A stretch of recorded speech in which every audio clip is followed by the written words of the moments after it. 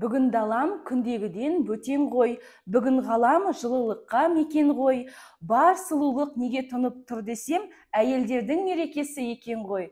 Сәлеметсіздер ме, құрметті көрермендер, эфирде Тәлім подкаст бағдарламасы.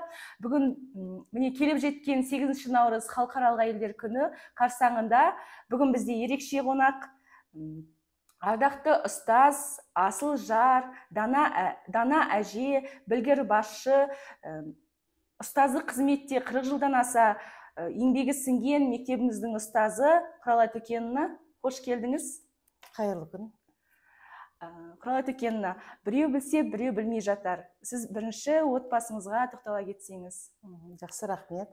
Біріншіден бүгінгі эфирді пайдаланып, мына халықаралық әйелдер күнімен барлық аналарды, апаларды, әжелерді, әріптестерімді мерекеме құттықтағым келіп отыр.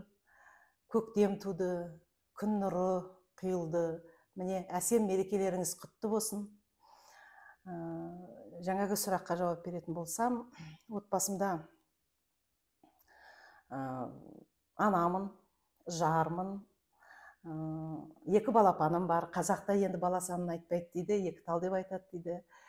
Ер жеткен 2 балапаным бар. Үлкен қызым Перизат, Астана қаласында тұрады, жоғары білімді маман, қорғаныс министр саласында инженер, жетекші инженер қызметінде. Отбасы бар, 2 немерем бар. Ал ұлым Бекзат осы қалада ішкі істер саласында қызмет істейді. Керемет, тіл көзден сақтасын отбасыңызды. Ұстаздық жолды таңдауыңызға не себеп болды? Енді ұстаздық жолды таңдау деген негізі менің мына жолым болған адаммын деп ойлаймын, бақыттымын деп ойлаймын. Себебі менің алдымда керемет ұстаздардан, дана ұстаздардан білім алдым. Одан кейін жоғарғы оқу орын аяқтағаннан кейін өз туған еліме, өз мектебіме келіп қызметке орналасқанда, дәл сол өзімнің ұлағатты деп айтсам болады, ұстаздарымның қолынан жас маман ретінде үйреніп, сол ортаға түстім. Міне содан қалыптасып, осы күнге егер де менің осы күнге жеткен жетістігім болса, біреуге үйретерім бар болса, бұның барлығы сол өзімнің ұстаздарымнан біткен қасиет деп ойлаймын. Ұстаздық жолды таңдау, енді айтпауға болмайды. Осы мектебіміздің алғашқы директоры Нағима Сапарова, бұл кісінің керемет білгірлігі, одан кейін өзімен нақты осы химия саласының маманымын. София Жаңбырбаевна деген ұстазым болған. Міне 7-ші сыныптан бастап сол кісі сабақ беріп, менің химияға деген барлық махаббатымды оята білді. Міне осындай керемет ұстаздардан тәлім тәрбие алған менің ұстаз болмауға хақым да жоқ еді. Құралай Төкенова, сіздің барлығымыз мықты ұстаз екеніңізді білеміз. Ал сіз үйде қандай анасыз? Енді әрине ана бұл ең керемет бір ана болу, бұл бақыт қой.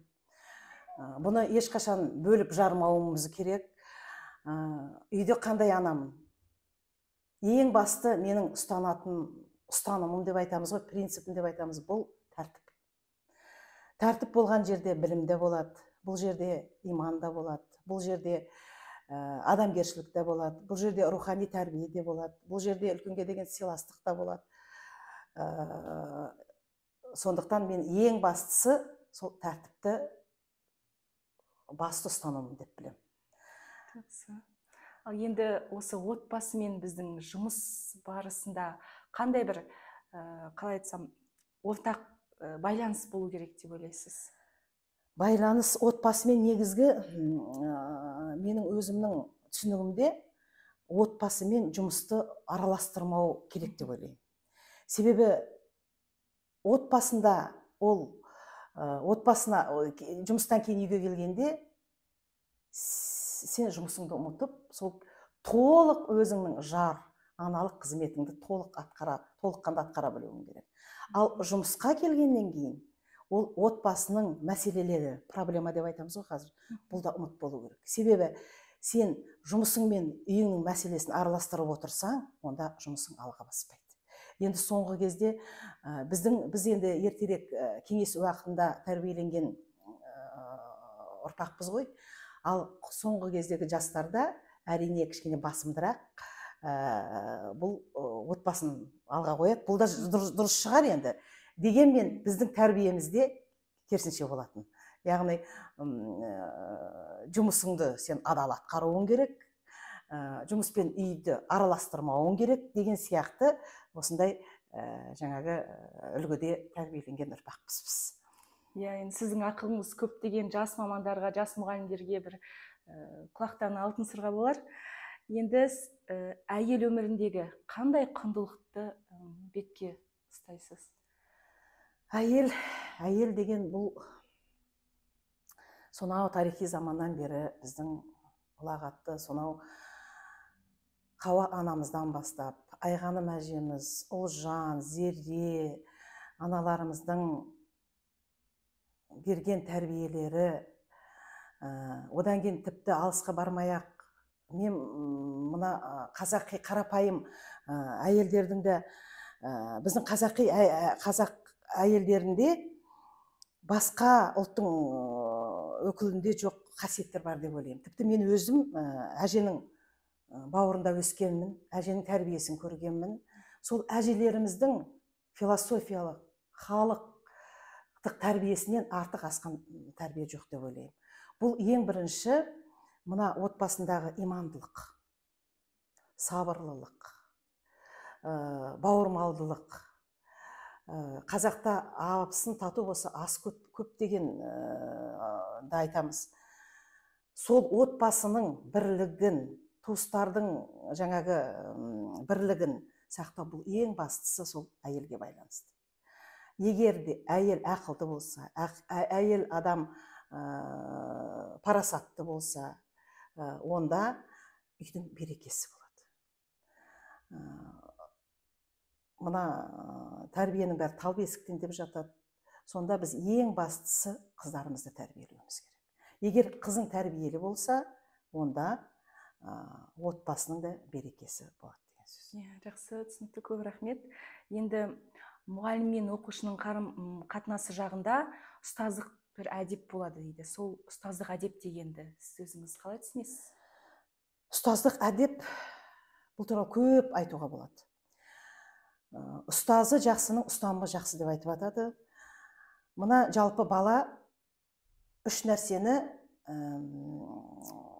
нәрсеге байланысты тәрбиеленеді екен. Бұл өзінің ұстазы, ата-анасы, одан кейін ортасы. Енді бұл ешкімге де құпия емес. Біз осы күнге дейін өзіміздің сонау бала кезгі керемет бір ұстаздарымызды есімізге алып жатамыз. Ал сол баланың алдында жүргеннен кейін әр ұстаздың өзінің имиджі болу керек. Имиджі деген не?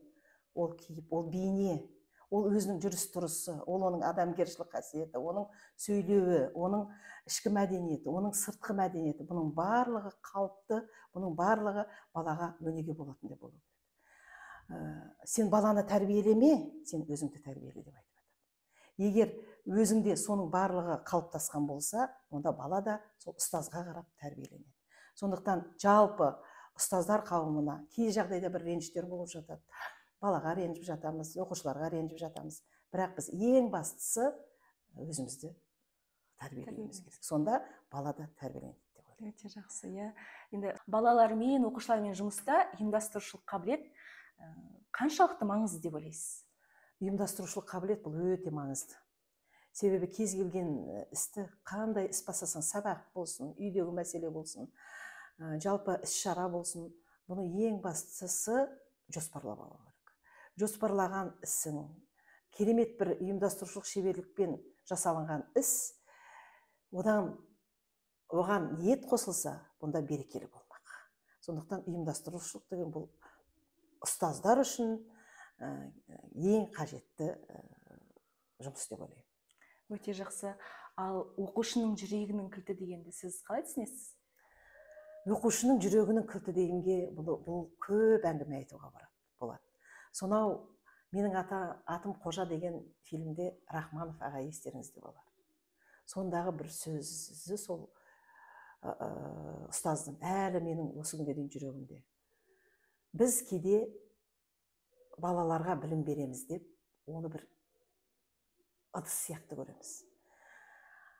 Бірақ баланың шамшырағын жағу керек деген бар. Баланың шамшырағын жағу деген баланың кілтін, тілін табу.